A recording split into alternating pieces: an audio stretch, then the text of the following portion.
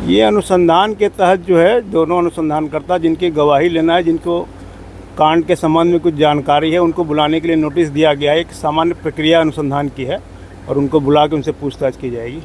अगर नहीं आएंगे तो उस पर किस तरह की कार्रवाई होगी? ये तो आगे की प्रक्रिया है। जब नहीं आएंगे तो फिर नोटिस दिया जाता है, फिर नहीं आने के बाद जो आगे की प्रक्रिया वो की जाएगी, जो विधि सम्मत होगी। नमस्कार, न्यूज़ फॉर नेशन देख रहे हैं आप। मैं हूं मुनीर।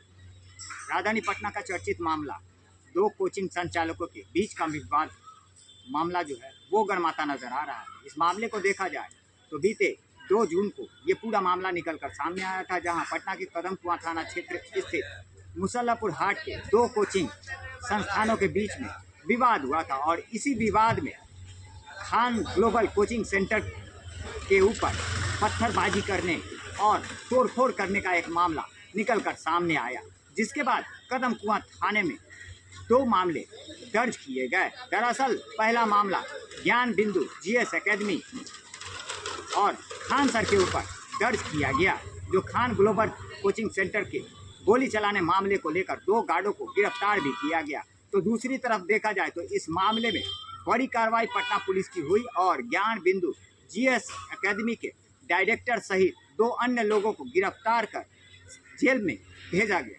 हालांकि इस बात को देखा जाए तो ये पूरा मामला जो है वो विवादों में घिरा रहा और इस मामले में पटना पुलिस ने कुल 5 लोगों की गिरफ्तारी की और उसे न्यायिक अभिरक्षा में भेजा गया था। इस मामले में अब बड़ी अपडेट आई है, जहां पे बताया जा रहा है कि पटना के कदम कुआं थाना क्षेत्र स्थित मुसल्लापुर हाट के ज्ञान बिंदु के दर्ज एफआईआर के अनुसार अब खान ग्लोबल कोचिंग सेंटर के दीवार पे एक नोटिस चस्पा किया गया है। दरअसल 3 लोगों को कदम कुआं थाने में सशरीर उपस्थित होने के ये नोटिस चस्पा किए गए थे। मामले में कन्हैया सिंह, अंकित कुमार और अजीत कुमार को सशरीर कदम कुआं थाने में आज 4 बजे तक उपस्थित होने का समय दिया गया था, जो कि समय पार कर गया। आप साफ तौर पे देख सकते हैं कि 5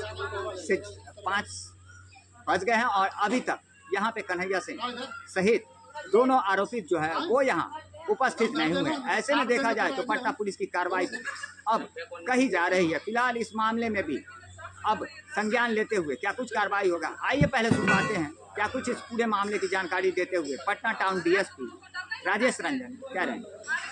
राज बिंदु कोचिंग सेंटर के जो ओनर हैं, उनके ज्ञान बिंदु के उनके द्वारा जो है आवेदन दिया गया था, जिसे एफआईआर हुआ था, उसमें खान सर के लोगों को बुलाया गया था।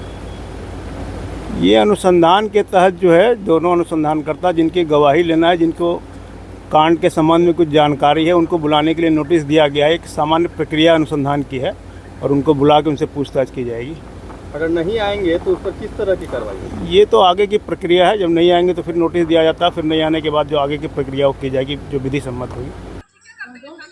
तो जाहिर सी बात है, जैसा कि नोटिस चस्पा खान ग्लोबल कोचिंग सेंटर के दीवार पे किया गया था, जिसमें कि 3 नोटिस चस्पा किए गए थे, जिसमें कि कन्हैया सिंह पर लगे आरोपों के आधार पर उनको सशरीर उपस्थित होना था। तो वहीं दूसरी तरफ अंकित कुमार को भी आज सशरीर यहाँ उपस्थित होने का समय दिया गया था। ऐसे में देखा जाए तो अब इन तीनों की मुश्किलें बढ़ती नजर आ रही है। वहीं इस पूरे मामले का अभी भी संज्ञान जो है वो पटना पुलिस लेते नजर आ रही है। इस मामले में कुल 5 लोगों की गिरफ्तारी हुई, 2 एफआईआर हुए हैं और इस मामले का अनुसंधान अभी भी जारी है। देखा जाएगा कि आखिरकार ज्ञान बिंदु कोचिंग के डायरेक्टर रोशन आनंद सहित गिरफ्तार दोनों आरोपी को कब तक राहत मिल पाती है। और वहीं इस मामले में एक और बात निकलकर सामने आई है। बताया जा रहा है कि ज्ञान बिंदु जीएस एकेडमी के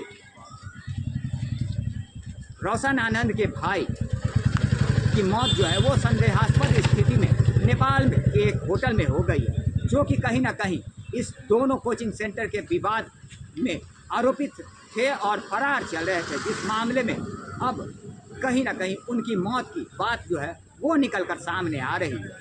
फिलहाल इस मामले को देखा जाए तो अभी भी इस मामले में राहत नहीं मिली है और रोशन अभी भी सलाखों के पीछे नजर आ रहे हैं। लगातार हमारी छोटी बड़ी खबरों से अपडेट रहने के लिए देखते रहें।